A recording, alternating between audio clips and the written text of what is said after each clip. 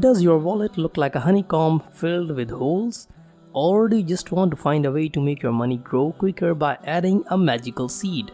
Regardless of which stage you are right now at the path towards financial independence, it can be reduced by applying a great financial defensive. Today, we're going to take a look at the best possible strategies for achieving this goal. So without any further ado, let's jump right into it. Big idea number 1. 10 quick tips to save a big chunk of dollars. What would a summary of a book about economy be without few quick saving tips? Number 1. Have an emergency fund every January. For those of you who are frugal and competitive at the same time, convert the beginning of the year into a savings marathon. January is the perfect month as most people spend too much money during December because of holidays and vacations. Number 2. Shop around for discounts. Always Google before you buy any stuff. Maybe there is 30% sale, or maybe there is a buy one get one free offer over some stuff. So always be ready for any good deals and discounts online. You can even find discounts on some certain YouTube channels if you use their codes to buy. Number 3. Purchase last year's model on eBay or the model from 2 years ago. I have an iPhone 8 right now instead of an iPhone X, and it does everything that is expected to be done through a smartphone. And none of my friends judge me on the basis of my iPhone model, at least that's what I hope. Number 4. Spend at the moment to save later. There are many instances where you can spend now to save a lot of trouble and money later. For example, car maintenance, a gym membership, an yearly or biannually health exam. Number 5. Don't ever buy on credit. If you can't afford it right now, wait until you can. There is no hurry. That new luxury car will likely cost more than $30,000 instead of $24,000 just because you bought it before you could afford it. A house or apartment should be the only exception to this rule. Number 6. Insurance. Choose the highest deductible for your home, automobile and health insurance, and insurance is there to protect you from the riskiest scenarios that can put you in personal bankruptcy. Pick the highest deductible as it will protect you from such occurrences at the lowest possible price. Number 7. Insurance. Don't get any other insurance. There is no need to get an extra insurance on your TV, your expensive watch, or similar. In the situation that something unfortunate happens to these items, you often have enough money to replace them and they are not that necessary for your daily life. Number 8. Buy general grocery and drug products. They are manufactured by the same brands anyway, so why pay extra for a better looking packaging? You are going to eat it, not just look at it. Number 9.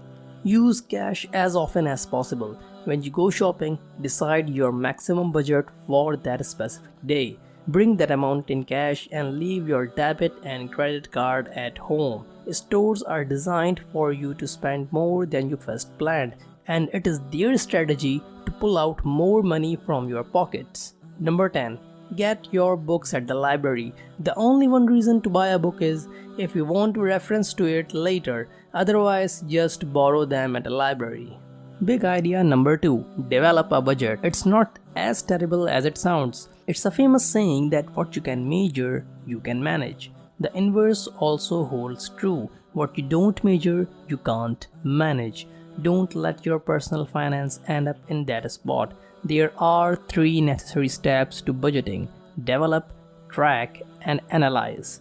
The first step is to develop your budget.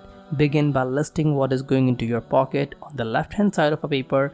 The best way to do this is to do a yearly income estimate and then divide it by 12. Common types of income are salary, bonuses, and commissions, dividend and interest, and gifts.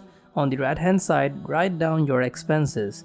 Do the same thing there. Estimate your yearly expenses and then divide it by 12. List necessities and most important steps first. This could be housing, utilities, loans, and savings. Always remember to pay yourself first. If you have done this right, you probably have a larger amount of money on the left hand side and then the right hand one. Otherwise, you will need to reconsider what you think are necessary expenses. The difference in both these columns can be used for other stuff such as entertainments, holidays, or to generate more assets. It would make me so proud if you go for that one. How you decide to spend this money is up to you, but you should Rank what you think is most important among these things and then dedicate your budget accordingly. Alright, time for step number 2. Track. Your budget will never turn out the way you planned. In the second step, you should track your expenses for a month and ultimately in a year. Step number 3. Analyze. Analyze how you planned your income and how you spent it. Did you even spend it the way it was planned? Some of these differences might please you. For instance, you might have received a bonus that you didn't expect, maybe spending too much money buying lunch for your whole division at the after-work party following that bonus. Big idea number 3 is invest 50% of every salary increase. This is a really tricky one. This will make your frugal force to be reckoned with. Saving up to 50% of your total salary, it's a great way of avoiding pay yourself first and to accelerate your way towards financial independence.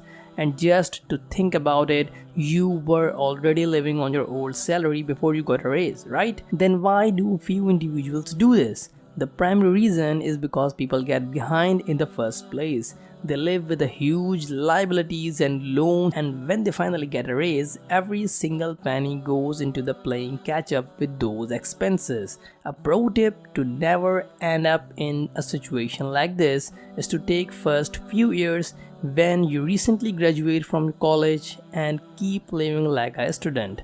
You did it for many years in college, so why not give yourself a head start in the race towards financial freedom by keep doing this for 1 or 2 more years. Big idea number 4 is develop and maintain a good credit score. A good credit rating is essential for many areas that affect your financial health.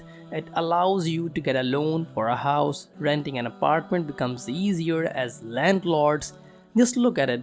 Getting a job becoming easier as employers also look at it. I hope this sounds like a no-brainer. Having a good credit score allows you to spend less, earn more, and be more flexible when it comes to where you wish to live. Here are a few things to keep in mind for your score to stay healthy. Number 1, avoid buying on credit. Avoid using credit card. Okay, if you feel like you must use a credit card, always remember to pay the balance every month and never use more than 35% of your maximum limit. Automate returning monthly expenses such as rent, cell phone, gym membership, and Netflix. This way you will never forget to pay them by accident.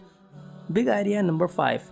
Pick your life partner like you pick your stocks, carefully and with consideration. Well, perhaps even more carefully than stocks. One of the most important economic decisions of your life, if not the most important one, is choosing a partner with great financial habits and intelligence.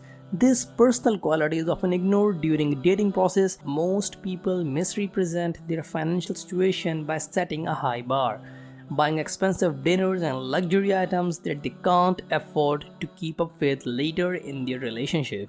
Don't do this. If you can't afford it, so you can't. There is no need to push your limits, and if still you need to push your limits to keep the relationship going on, then dude, you are at the wrong place. One of the top 3 things that couples fight about is money. The other 2 that ranks the highest are free time and housework, which are also correlated to money somehow. So if you want it to last in the long run, be your true financial self right from the get-go.